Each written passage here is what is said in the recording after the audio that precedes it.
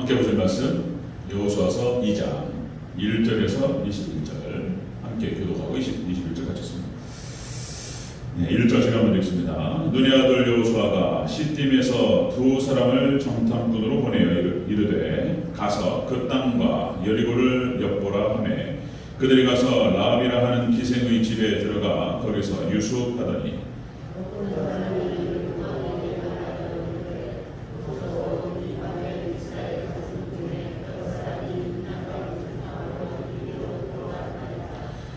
여리고 왕이 라합에게 사람을 보내어 이르되 네게로 와서 네 집에 들어간 그 사람들을 끌어내라. 그들은 이 온 땅을 정탐하러 왔느니라.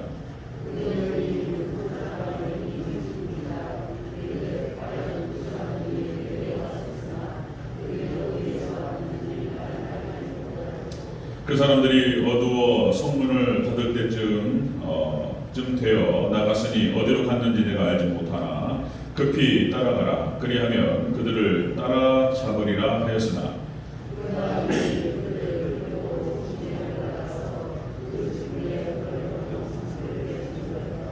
그 사람들은 요단 나루터까지 그들을 쫓아갔고 그들을 뒤쫓는 자들이 나가자 곧 성문을 닫았더라.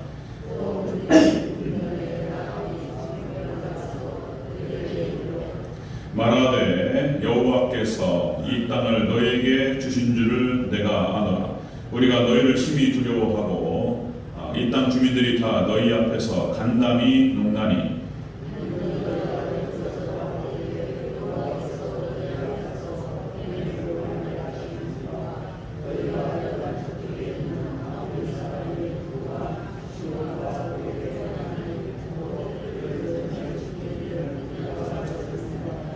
우리가 듣자 곧 마음이 녹았고 너희로 말미암아 사람이 정신을 잃었나니 너희 하나님 여호와는 위로는 하늘에서도 아래로는 땅에서도 하나님이시니라.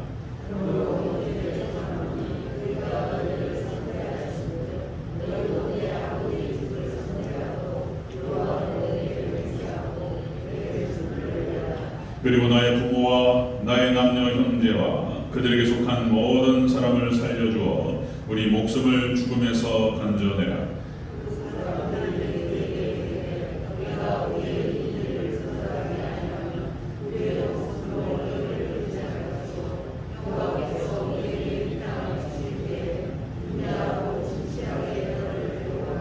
라합이 그들을 창문에서 줄로 달아내리니 그 집이 성벽 위에 있으므로 그가 성벽 위에 거주하였습니다.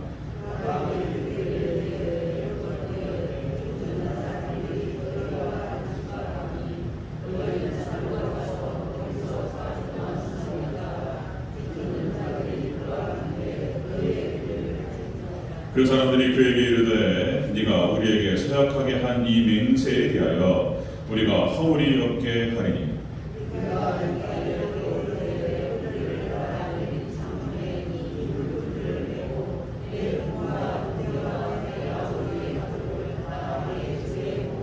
누구든지 네 집 문을 나가서 거리로 가면 그의 피가 그의 머리로 돌아갈 것이요 우리는 허물이 없으리라. 그러나 누구든지 너와 함께 집에 있는 자에게 손을 대면 그의 피는 우리의 머리로 돌아오려니와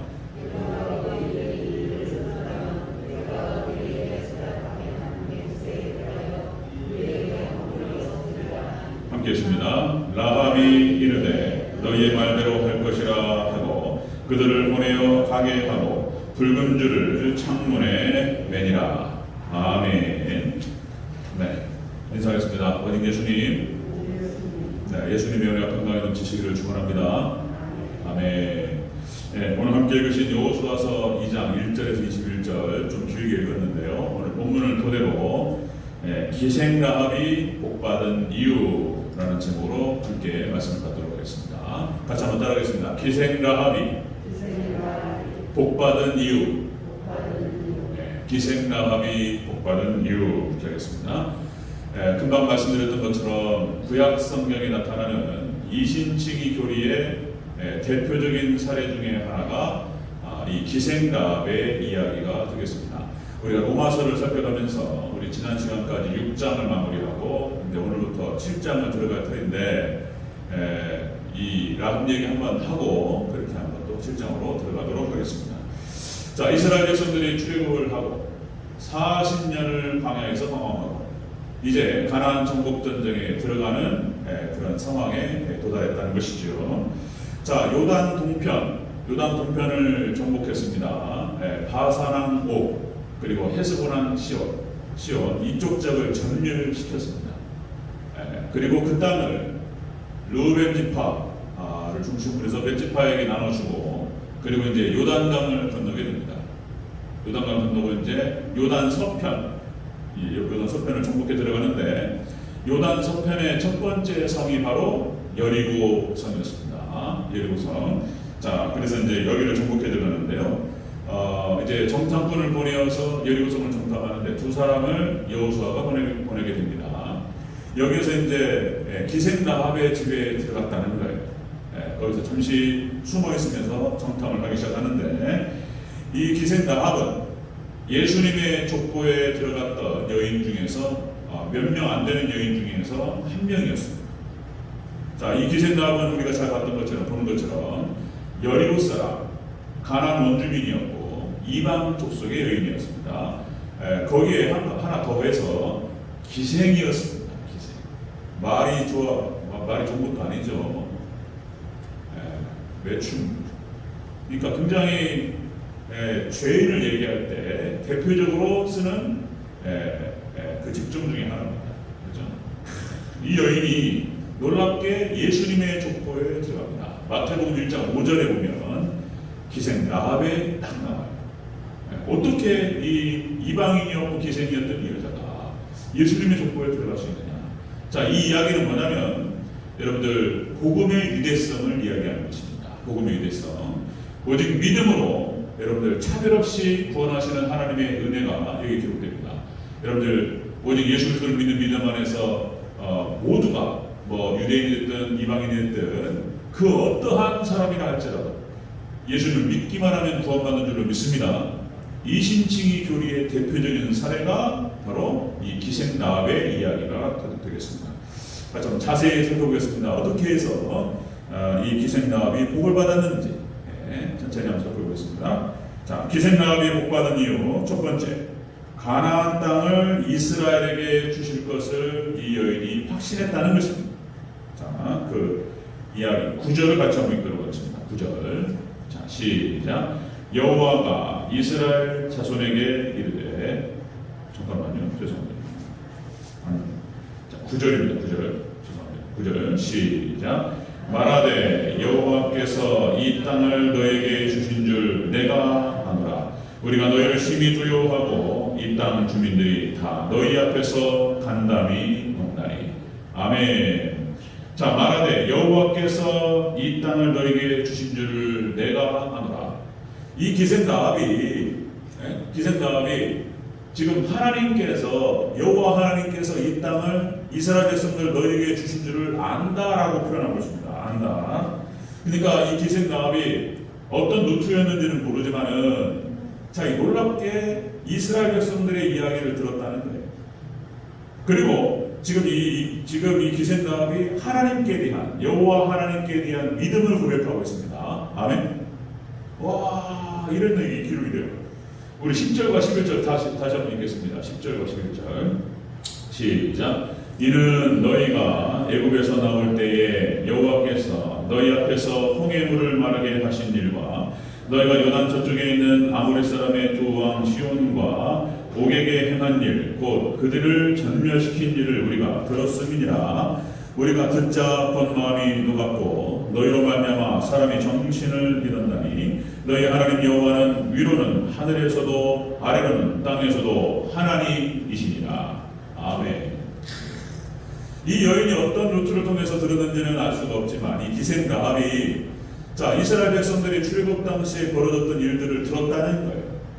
10개의 재앙을 하나님께서 쏟아부으셨고 그래서 이스라엘 백성들을 그 애굽 땅에서 출애굽시키시고 구원하셨다라고 하는 이 사건, 그리고 그 과정에서 광야로 나와서 홍해를 건넌 사건, 이건 기적 중에 기적이죠. 홍해가 갈라져 버렸어요. 이런 기적이 놀라운 역사들. 그 다음에 요단강을 건널 때 벌어졌던 일들, 그죠? 여기 기록이 안 되지만 요단강 갈라진 사건, 그 다음에 요단 동편에 있었던 바사나목과 헤스본한 시온을 전멸시킨 사건, 이런 얘기를 들었다는 거예요. 자, 우리가 들었습니다 이렇게 표현하고요. 자, 이 이야기들을 들었을 뿐만 아니라 알고 있었고, 그리고 그것을 통해서 이 기생라합이 여러분들 액션을 취합니다. 행동을 취해요. 구체적으로 정탐꾼들을 숨겨주는, 그리고 거기에 대한 신앙 고백이 나와요. 신앙 고백이. 이런 일이 벌어졌다는 거예요. 가나안 땅을 너에게 주실 것을 알고 있었다. 이게 이제 이렇게 해석할 수 있는 거예요. 기생라합이 복받은 이유는 이렇게 해서 하나님의 나라, 천국에 대한 확신이 있었다는 거예요. 하나님의 나라가 이 가나안 땅을 하나님께서 이스라엘 백성들에게 주시고 그들에게 허락하신 것을 이 기생라합이 알았다는 거예요. 신앙 고백이 나와요. 하나님께 대한 신앙 고백이. 이 기생라합이 복을 받고 구원받은 이유, 그리고 예수님의 족보에 기록되는 이유가 바로 이것이었다는 것입니다. 자, 여러분들 성경의 핵심의 주제 중에 하나가 뭐냐면 하나님의 나라입니다. 하나님의 나라. 성경의 주제가요, 주제 중에 여러 가지 잡을 수 있지만은 뭐 언약 사상, 무슨 뭐 계약 사상이 됐고 뭐 여러 가지 얘기할 수 있지만 하나님의 나라, 천국이 성경 전체를 꿰뚫는 핵심 주제 중에 하나입니다. 자, 그러니까 아담과 하와가 타락을 하죠. 아담과 하와가 타락하고 그때부터 하나님의 구속사가 시작됩니다. 그리고는 이제 하나님께서 에덴 동산이 어떻게 회복될 것인지 마지막 창세기 1장이나 3장에서 그 원시복음이 나오고 요한계시록 끝장에서 새 예루살렘이 딱 나와요. 여기가 에덴 동산의 회복인 거예요. 여기서 망가져버렸는데 회복하신다는 거예요. 자, 에베소서 1장 10절, 에베소서 1장 10절에 이렇게 기록됩니다. 하늘에 있는 것이나 땅에 있는 것이 다 그리스도 안에서 통일되게 하려 하십니다. 하늘에 있는 것이나 땅에 있는 것이 다 그리스도 안에서, 예수님 안에서 통일되게. 여기서 통일이라고 하는 말이 제가 여러 번 말씀을 드렸었는데 원어 헬라어 원어에서 아나라는 표현이 나와요. 재통일이라는 거로 해석을 해야 되는 거예요. 번역을 할 때 재통일 이렇게 번역을 해야 되는 거예요. 그러니까 자, 여러분들 하나님께서 세상을 창조하시고 그리스도 안에서 모든 것이 통일되어진 적이 있었다는 거예요. 그런데 그것이 아담과 하와의 죄로 말미암아서 흩어져 버렸다는 거예요. 통일이. 그래서 이것을 다시 재통일시키는 것이 하나님께서 지금 계획하신 목적이라는 것입니다. 믿습니까? 여러분들 결국에는 그리스도 안에서 모든 것이 재통일될 줄로 믿습니다. 그래서 예수님께서 재림하셔서 이제 다시 통일시키는 거예요. 다시. 자, 그런 얘기를 하는 것입니다. 자, 성경에서 또 하나님께서 아브라함을 선택하시고, 그죠? 아브라함을 선택하시고 이스라엘 백성들을 조성하시고 그렇게 표현합니다. 아브라함을 선택하시고 이삭과 야곱과 그 12아들을 통해서 이스라엘 백성들을 하나님께서 만드셨다. 이스라엘 백성들을 조성하시고, 자, 그들을 통해서 구속의 역사를 이루시기를 원하셨다. 그죠? 구속사가 시작됩니다. 그 구속사의 이유와 목적이 뭐냐면 하나님의 나라를 세우는 거예요. 믿습니까? 하나님의 나라를 확장하는 것이고, 그리고 하나님의 나라를 세우는 것이 하나님의 목적이다라는 것입니다. 자, 예수님께서 약속대로 이 땅에 성육신하시고 그리고 공생애를 33년을 살다 보셨습니다. 그죠? 그때는 수명이 짧아가지고 지금은 33이면 청년인데 그때는요 중년 노년에 가까운 거예요. 평균 수명이 40이 안 됐으니까 뭐 이런 거예요. 그러니까 33세 중년 노년에 이때 예수님께서 공생애를 마지막으로 33년을 마무리한단 말이죠. 자, 30살까지 부모를 잘 섬기시고 어머니를 잘 모시고 효도하셨습니다. 그리고는 공생애를 시작하실 때, 자, 공생애 시작의 첫 번째 설교가 산상수훈이었습니다. 그죠? 산상수훈의 첫 번째 일성이 뭐였냐? 그게 뭐냐면, 자, 심령이 가난한 자는 복이 있나니. 같이 한번 해주시기 바랍니다. 시작. 심령이 가난한 자는 복이 있나니 천국이 그들의 것이며. 아멘. 자, 예수님께서 첫 번째 설교의 일성이 뭐냐면 천국을 말씀하십니다. 하나님의 나라를 선포하십니다. 그래서 하나님의 나라가 굉장히 중요한 성경의 핵심 주제인 거예요. 그리고 예수님께서 제자들을 갖다가 3년 동안을 기르시고 예수님께서 그 제자들을 파송하시면서, 자, 파송하시면서 첫 번째 하신 부탁이 뭐였냐면 천국이었어요. 천국. 마태복음 10장 7절. 이 마태복음 10장이 예수님께서 제자들을 파송하신 장인데 7절에 뭐라고 나오냐면 너희가 가서 천국이 가까웠다 하라. 하나님의 나라를 선포하라. 너희의 사명은 하나님의 나라를 확장시키는 것이 너희의 사명이다. 그렇게 말씀하신 거예요. 자, 마태복음 28장에서 예수님께서 돌아가시면서, 그죠? 하늘 올라가시면서 제자들에게 위임하셨어요. 예수님께서 하시는 그 사역을 예수님께서 제자들에게 위임하시면서 하신 말씀이, 자, 마태복음 28장 18절 20절 대위임명이요. 그죠? 너희는 가서 제자 삼고 세례주고 가르치고 그 가르침을 지키게 하라. 다섯 가지 딱 나오는 거예요. 제자들의 사명이었어요. 너희는 가라. 그리고 모든 자들로 제자를 삼고, 그리고 그들에게 세례를 주고 가르치고 그리고 지키게 하라. 이렇게 말씀하신 거예요. 자, 여러분들 다시 말씀드리면 출애굽한 이스라엘 백성들이 가나안 땅에 들어가고 하나님께서 그 가나안 땅을 주신 목적이 바로 열방의 빛이었다라는 것입니다. 아멘. 그거예요. 열방의 빛이에요. 거기서 하나님의 말씀대로 잘 살아가면서 하나님의 살아계심과 역사하심을 열방 가운데 드러내는 것이 이스라엘 백성들의 정체성이었고 사명이었다라는 것입니다. 그러니까 선교가 그것이죠. 여러분, 우리의 목적은 뭐냐면은 그런 거예요. 삼일체 하나님을 잘 믿고 섬기고, 그리고 이제 여러분들 신앙생활 잘하는 것입니다. 예배생활, 기도생활, 말씀생활, 그 다음에 교회 봉사하고, 그죠? 신앙생활이 그런 거예요. 교회 봉사하고 선교하고 이게 전부예요. 신앙생활에 신앙의 삶의 전부예요. 그것이 교회 봉사하고 그리고 선교하고, 선교라고 하는 것은 역시 개인과 가정과 그 다음에 지역과 국가와 그 다음에 땅끝까지 예수님을 증거하고 하나님의 나라를 확장하는 것이 그게 선교인 거예요. 그것이 우리의 목적이고 우리의 사명인 줄로 믿습니다. 우리의 정체성이고, 이거를 지키는 자들에게 하나님께서 약속하신 거예요. 영권과 인권과 물권을 주십니다. 믿습니까? 거기에 들어가는 거예요. 그냥 뭐 잘 먹고 잘 살아라고 주는 것이 아닌 거예요. 그 목적을 위해서 하나님께서 영권을 주시고 인권을 주세요. 그 목적에 충실한 사람들에게 사람을 붙여주세요. 그리고 여러분들 물권을 주십니다. 그 사람이 감당하도록. 그것이 기독교 2000년 역사의 결과입니다. 여러분, 우리 대전교회가 이 사명을 잘 감당으로 말미암아서 여러분들 영권과 인권과 물권을 받는 그런 축복이 있으시기를 주의 이름으로 축원합니다. 아멘. 이 기생나합이 복을 받은 이유가 뭐였냐면 이거를 알았다는 거예요. 어떻게 알았는가? 이게 하나님의 선물이라고 얘기해야겠죠. 어떻게 알았는가는 정확하게 알 수 없지만은 소문을 듣고 알았고 깨달았고 그걸 믿음의 액션을 취했다는 거예요. 자, 기생나합이 복 받은 이유가 바로 그것이었습니다. 바로 천국에 대한 확신 신앙을 가졌다는 거예요. 여러분들, 하나님의 나라 천국에 대한 확신이 있으시기를 축원합니다. 분명히 있는 거예요. 분명히 이 땅에서 천국을 누리고 우리가 떠나서 하나님 앞에 가서 천국 갑니다. 믿습니까? 천국에 대한 확신 신앙이라 기생나합이 있었다는 것입니다. 자, 두 번째 보면요. 두 번째, 기생나합이 복 받은 이유 두 번째로 두 정탐꾼을 숨겨줬다는 거예요. 천국에 대한 확신이 있었기 때문에, 하나님을 믿었기 때문에 두 정탐꾼에게 잘해준 거예요. 예, 순서적으로 이렇게 4절을 같이 읽겠습니다. 4절은 2장 4절 맞죠? 2장 4절 같이 읽습니다. 시작. 그 여인이 그 두 사람을 이미 숨긴지라 이르되 과연 그 사람들이 내게 왔었으나 그들이 어디서 왔는지 나는 알지 못하였고. 아멘. 두 정탐꾼을 기생나합이 숨겨줍니다. 빼돌려.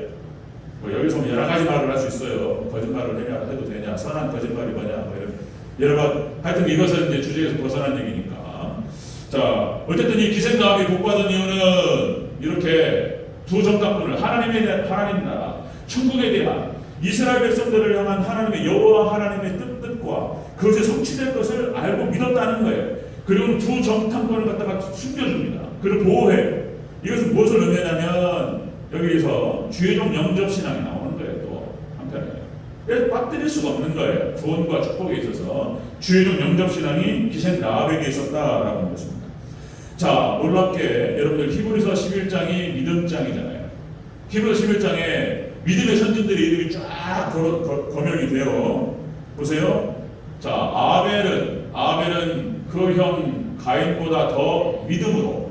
자, 믿음으로 하면은 그 형 가인보다 믿음으로 제사를 드렸다는 거예요. 그러니까 그래서 하나님께 받으셨다는 거예요. 그 다음에 또 이제 거기에 꼭 믿음이 들어갑니다. 믿음으로 에녹은 하나님을 기쁘시게 했다. 이게 나와요. 에녹.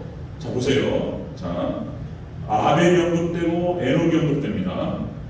그 다음에 노아는 믿음으로 방주를 지었고, 그 다음에 아브라함은 믿음으로 이삭을 드렸으며, 그 다음에 모세는 믿음으로 바로의 공주 아들이라 칭함받기를 거절하였다. 이게 쭉 나와요. 그리고 기생 나합은 똑같은 믿음으로 정탐꾼을 숨겨졌다. 주의 종을 영접했다. 이런 기록이 나오는 거예요.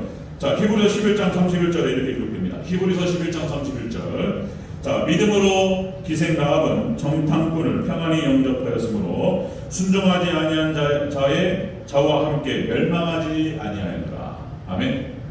믿음으로 했다라고 히브리서 11장에서 기록하고 있어요. 기생 라합이, 자, 여러분들 믿음의 굵직굵직한 믿음의 선진들의 그 이름이 거명되는데 그 사이에 끼어들어간다니까요.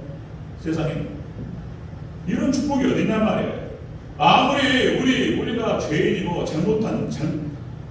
죄악이 많은 존재라 할지라도, 이방인이고, 그리고 그 어떠한 일을 했다 할지라도, 여러분들 오직 예수 그리스도를 믿는 믿음 안에서 믿음의 굵직굵직한 선진들의 이름에, 그 거명되는 이름에 우리가 함께 들어갈 줄로 믿습니다. 다른 거 없어요. 예수님 믿는 믿음으로 들어가는 거예요. 믿음으로. 자, 기생 나합이 복받은 이유가 무엇이냐? 천국에 대한 확신 신앙이 있었고, 그리고 주의 종을 영접한 신앙이 있었다라고 하는 것입니다. 주의 종 영접 신앙. 자, 잊어버릴 만하면 제가 또 한 번씩 언급하고 이런 거예요. 지금 왜냐면 전체적으로 다 무너져 버렸어요. 이런 신앙이, 천국 신앙이 무너지고 주의 종 영접 신앙이 무너지고 다 무너지고 있는 거예요. 그래서 강조할 필요가 있는 거예요. 자, 여러분들 다시 한번 말씀드리고 강조합니다. 여러분들 구원과 축복의 세 가지 조건이 나와요. 이 조건을 충족시켜야 되는 거예요. 구원과 축복의 세 가지 조건이 바로 말씀입니다. 첫 번째가 말씀, 복음이 우리를 구원합니다.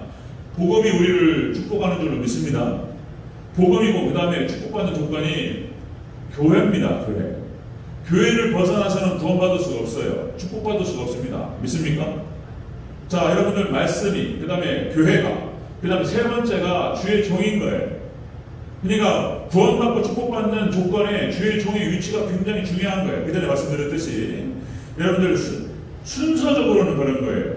그러니까 순서적으로 주의 종이 1번이에요. 성경에 그렇게 기록됩니다. 주의 종이 1번이고, 그 다음에 말씀이고, 그 다음이 말씀, 그 다음에 교회 세 번째 얘기 되는 거예요. 자, 여러분들, 그러니까 주의 종 영접 신앙이 가장 중요하다는 게 아니고 순서적으로 그렇다는 거예요. 순서적으로 교회보다 무슨 말씀보다 중요하다는 뜻이 아니고, 여러분들 구약 성경에 모세를 하나님께서 부르시고 80년 동안을 훈련시키셔요. 그죠? 모세가 준비가 되니까 하나님께서 모세를 통해서 말씀을 선포하게 하시고, 말씀이 선포되니까 교회가 세워지는 거예요. 교회가 순서가 그런 거예요. 다시요. 주의 종이 준비돼서 모세가 80년 준비돼가지고 모세를 통해서 말씀이 선포되고 복음이 선포되니까 광야 교회가 세워졌던 거예요.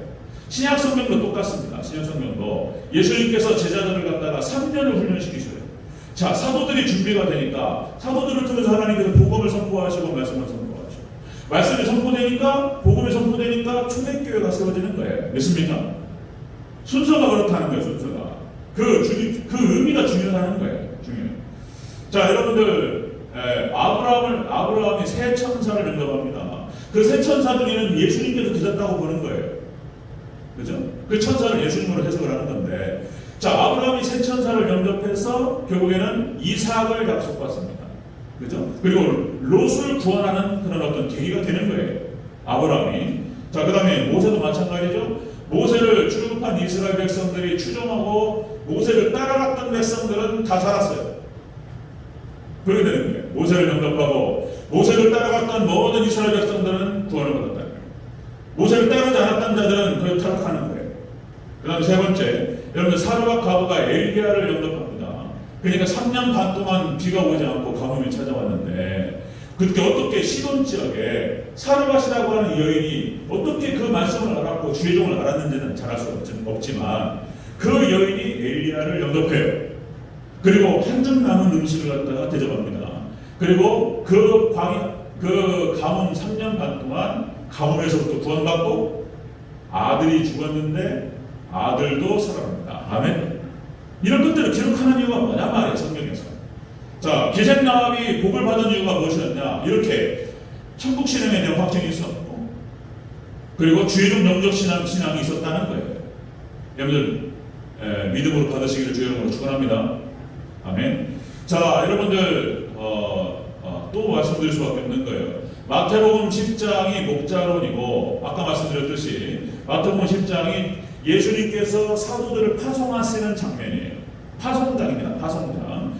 예수님께서 3년을 갖다가 기르시고 3년을 훈련시키신 다음에 자, 하나님 나라 확장을 위해서 이 12사도를 보내시는 거예요. 자, 그 장면을 나타나는데요. 그러시면 예수님께서 하신 것이 뭐냐면은, 자, 마태복음 10장 7절에서 첫 번째가 천국이 가까웠다. 천국을 선포하라. 예수님 말씀이에요. 천국 인도 사명을 주시는 거예요. 천국 인도 사명. 사도들에게. 두 번째, 자, 평안을 빌어주라. 건강과 평안을 빌어주라. 그래서 예수님께서 자, 하나님 백성들에게 건강과 평안을 주실 때에 이런 방식으로 줄 수 있다는 거예요. 주의 종이 빌어줘야 됩니다. 선포하고 축복을 선포하고 할 때 그들이 임할 줄로 믿습니다. 제가 그냥 하는 게 아니고 어쩌면 뭐 추임새 같이 이렇게 얘기하지만은 믿음으로 제가 하고 믿음으로 받을 때 그대로 성취될 줄로 믿습니다. 아멘. 여러분, 예수 그리스도의 은혜와 평강이 넘치시기를 축원합니다. 그럼 이런 거예요. 축복권을 주셨어요. 14절에서 이제 영접 얘기가 나온 거예요. 너희를 영접하는 자는 나를 영접하는 것이고 나를 영접하는 자는 하나님을 영접하는 것이다. 너희를 영접하지 않는 자는 나를 영접하지 않는 것이고 나를 영접하지 않는 것은 하나님을 영접하지 않는 것이다.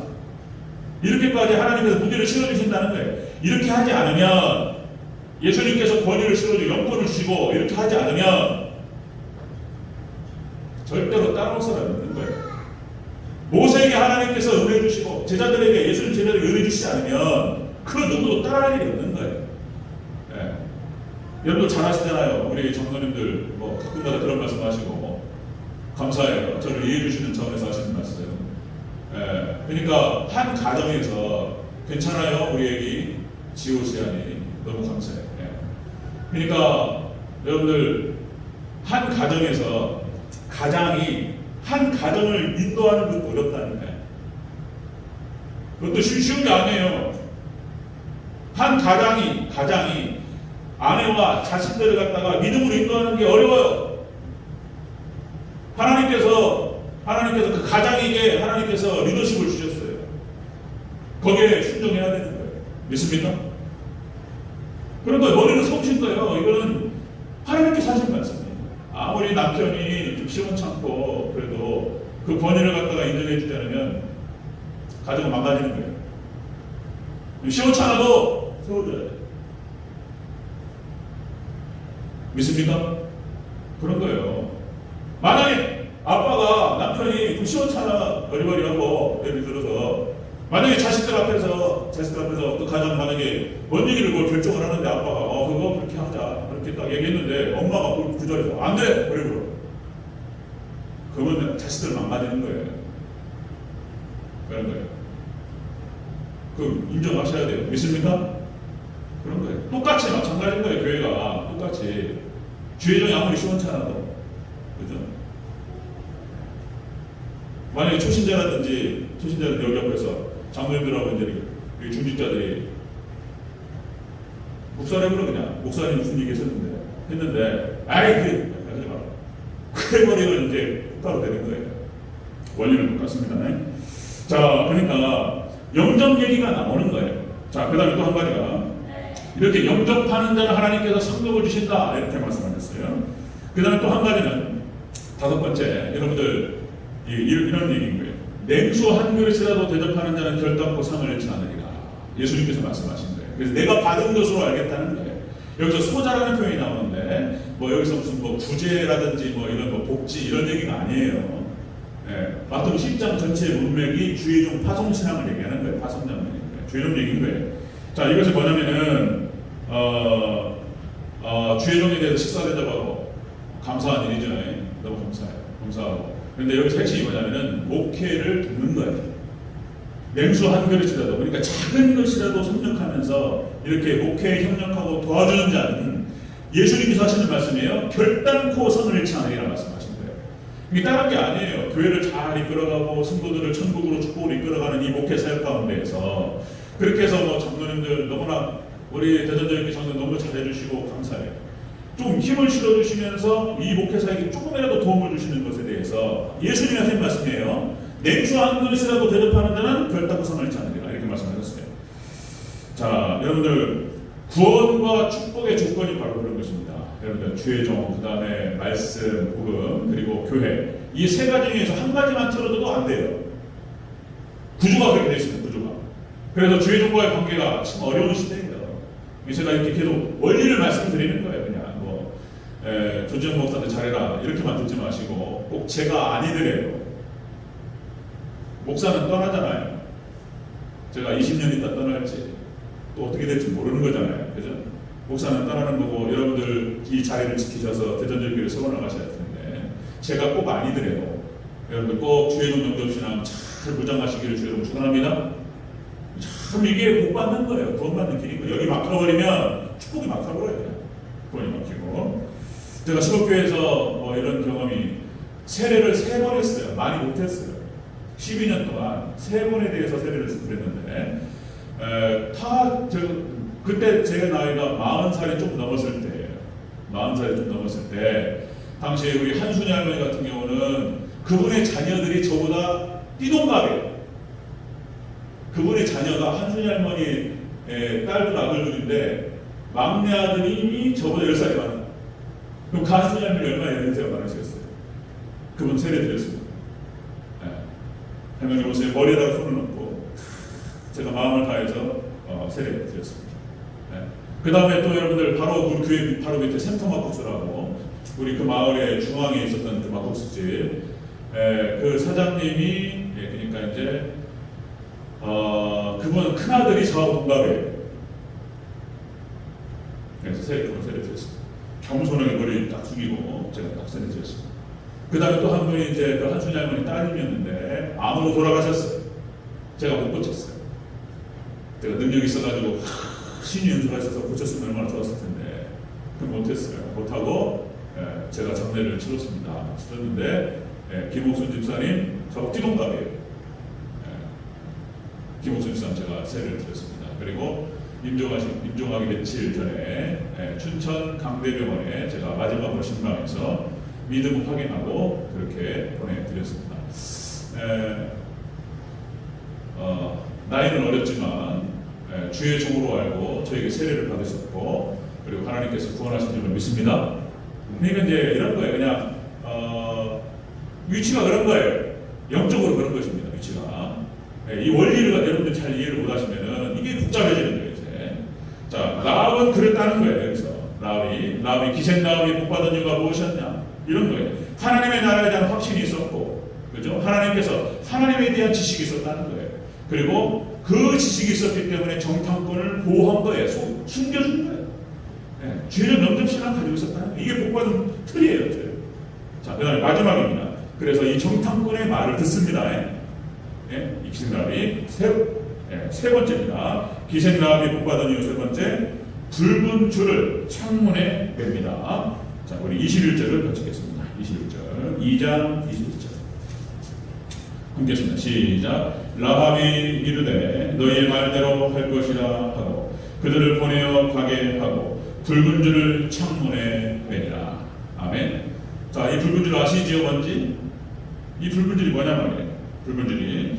자, 여러분들 이 붉은 줄은 예수님의 십자가 보혈을 상징합니다.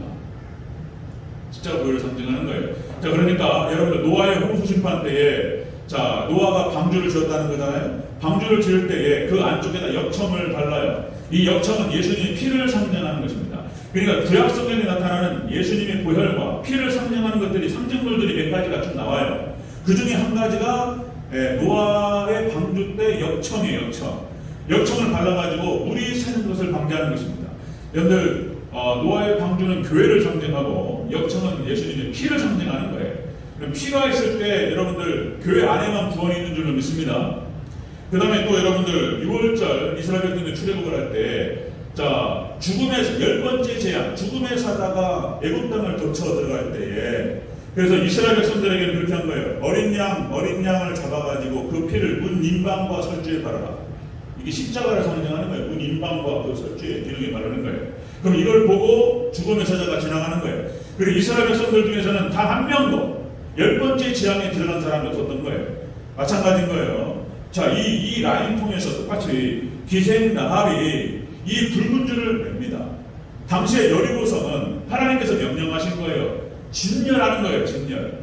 가나안 땅에 대한 하나님의 심판의 성격이 있었습니다. 헤렘 전쟁이었어요. 그래서 자, 7바퀴 돌고 그리고 환성을 질렀을 때에 여리고성이 무너집니다. 그리고 이제 이스라엘 백성들 군대가 들어가서 싹 죽이는 거예요. 싹. 남녀노소 짐승까지 다 죽여요. 하나님 심판에 이 심판이 진행될 때에 붉은 줄이 내려왔던 그 집만 넘어갔던 거예요. 그 라합의 가족만, 라합과 가족만 살아요.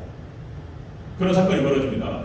여기서 뭐라고 나오냐면은 앞에서 그 얘기가 나오죠. 21절.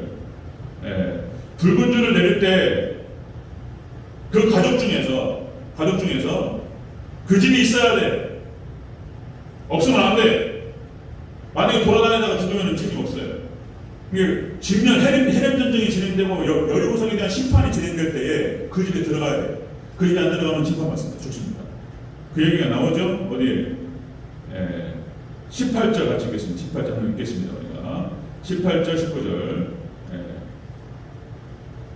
18절 같이 시작. 우리가 이 땅에 들어올 때에 우리를 달아내린 창문에 이 붉은 줄을 메고 내 부모와 형제와 내 아버지의 가족을 다 내 집에 모으라. 누구든지 내 집 문을 나가서 거리로 가면 그의 피가 그의 머리로 돌아갈 것이요 우리는 허물이 없으리라. 아멘. 그 집을 나가서 죽으면은 어떻게 할 수 없는 거예요. 누가 누군지 모르는데 어떻게 합니까? 그런데 라합의 그 붉은 줄이 내렸던 그 집 안에만 들어가 있으면 사는 거예요. 이것이 예수님의 십자가 피를 의미한다라고 하는 것입니다. 그러니까 이 기생 나합이 복받은 이유가 뭐냐면 십자가에 대한 이 피 보혈의 신앙을 가지고 있었다는 거예요. 그렇게 해석하고 그렇게 봐야 되는 거예요. 자, 여러분들 성경 전체가 여러분들 예수님을 얘기한다고 말씀드렸습니다. 자, 구약 성경 전체가 예수님 메시아에 대한 예언을 얘기하고 있고, 그리고 또 예수님 신약 성경이 바로 거기에 대한 성취로 기록됩니다. 예수님께서 오셔서 완성하세요. 그리고 신약 성경은 자 여러분들 새 언약, 구약 성경은 옛 언약, 신약 성경은 새 언약. 이 새 언약에서 말씀하신 게 뭐냐면은 재림을 약속하죠. 그대로 성취될 줄로 믿습니다. 자, 그대로 가는 거예요. 예수님이 다 예수님 얘기하는 거예요. 자, 그렇게 해서 여러분들 성경성에 나타나는 예수님의 보혈을 상징하는 상징물들이 몇 가지 나오는데요. 대표적인 것 몇 가지만 들어보겠습니다. 자, 아담과 하와가 입었던 가죽옷, 그들의 치부를 가리고 허물을 가립니다. 이것이 예수님을 상징하는 거예요. 어떤 한 짐승이 죽었고 그 짐승이 가죽을 벗겨가지고 그죠? 아담과 하와의 치부를 가리는 거예요. 그 짐승이 어떤 짐승이었는지 알 수는 없지만 양이었을 것이다 그렇게 말씀드렸죠. 생각해보는 거예요. 양이라는 표현이 안 나와요. 양이 죽으니까 대체적으로 희생물이 양이니까 예수님을 상징할 때 양이었을 것이라고 하는 거예요. 아까 말씀드렸듯이 노아의 방주에서 역청이 예수님의 피예요. 그 다음에 모세가 아기 모세를 갖다가 나일강에 띄우잖아요. 거기에 뭐라고 나오냐면 출애굽기 2장 3절에서 그 모세 아기 모세를 담을 수 있는 조그마한 바구니를 만든단 말이에요. 그리고 그 안에다가 역청과 나무지를 칠합니다. 이게 피예요. 거기에 보호받고 모세가 살아요. 그죠? 이게 이제 예수님의 피를 상징하는 거예요. 그 다음에 아브라함이 모리아산에서 이삭을 바칠 때에 이것이 자, 이삭을 번제로 바치는데 예수님의 희생제사를 상징합니다. 모리아. 자, 그 다음에 자, 야곱의 붉은 팥죽이 예수님의 피를 상징하는 거예요. 이것을 통해서 장자권을 사요. 이 장자권이 구원권을 말하는 거예요. 구원권. 그것을 사는데 붉은 팥죽이 왜 또 붉냔 말이에요. 성경에서 기록할 때 그냥 대충 기록하는 게 아니에요. 붉은 팥죽이 이 빨간색이 들어간다는 것이 의미가 있는 거예요. 그냥 기록하지 않습니다. 붉은 팥죽이 예수님 피를 상징하고요. 그 다음에 자 여러분들 이스라엘은 출애굽을 해서 광야에서 하나님께 제사를 드리죠. 그래서 모든 희생제사가 나와요. 레위기서. 자 레위기에 나타나는 모든 희생제사, 염소, 그 다음에 양, 그 다음에 소, 이 모든 것들이 예수님의 피를 상징하는 거예요. 이것을 통해서 이스라엘 백성들이 사함받습니다. 또 한 가지만 더, 광야에서 또 뭐가 나오죠? 노뱀이 나와요. 노뱀. 그죠? 이스라엘 백성들이 하나님께 원망 불평. 하나님께서 뭡니까? 불뱀을 보내가지고 불뱀이 크기가 얼마나 나다고 그랬죠? 불뱀이 1m, 1.5m 정도 되는 뱀이 아니고 지금 보통 이 여러분들 펜이잖아요. 펜. 볼펜만한 크기의 불뱀이에요. 막 기어다니면서 이게 물으면 죽는 거예요.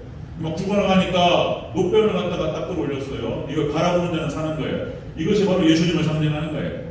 예수님 피입니다. 구약 성경에 나타나는 예수님의 보혈과 이 피에 대한 상징물들이 좀 나타나요. 자, 여러분들 로마서를 진행하고 있습니다. 로마서 전체의 고리는 뭐냐면 오직 예수님을 믿는 믿음으로 구원받는다. 이신칭의 교리예요. 이신칭의 교리. 그게 주제예요. 로마서의 주제는 이신칭입니다. 이신칭이 오직 예수님을 믿는 믿음으로 의롭다 하심을 받는다. 이게 이제 로마서의 주제예요. 자, 여러분들, 자 구약 성경에 나타나는 이신칭의 교리의 대표적인 사례가 라합 이야기예요. 라합 이야기. 오늘은 라합을 다루는 거예요. 창세기 38장에 다말이 나와요. 이 다말 이야기는 왜 38장을 기록했을까? 유다가 다말이 유다의 첫째 며느리예요. 첫째 며느리. 큰아들이 죽어버리고 둘째 아들 죽어버리고 셋째 아들은 아직 어리고. 그리고 어떻게 하단 말이에요. 이 다말이 어떻게든 임신을 하려고 했나 봐요. 임신을. 이게 알 수가 없어요. 왜 38장을 기록했을까? 그런데 나중에 이 유다가, 그 위대한 유다가 지방을 가가지고 매출을 해요. 여자를 돈 주고 산단 말이에요. 그 부끄러운 장면이 38장에 나타나요. 이게 왜 이렇겠을까? 이 다말이 이신칭의 교리예요. 그게 나오는 거예요. 이제. 나중에 그걸 말씀을 또 한번 드리도록 하겠습니다. 구약 성경에 이렇게 이신칭의 교리가 나와요. 다말 이야기는 믿음으로 구원받는 거예요.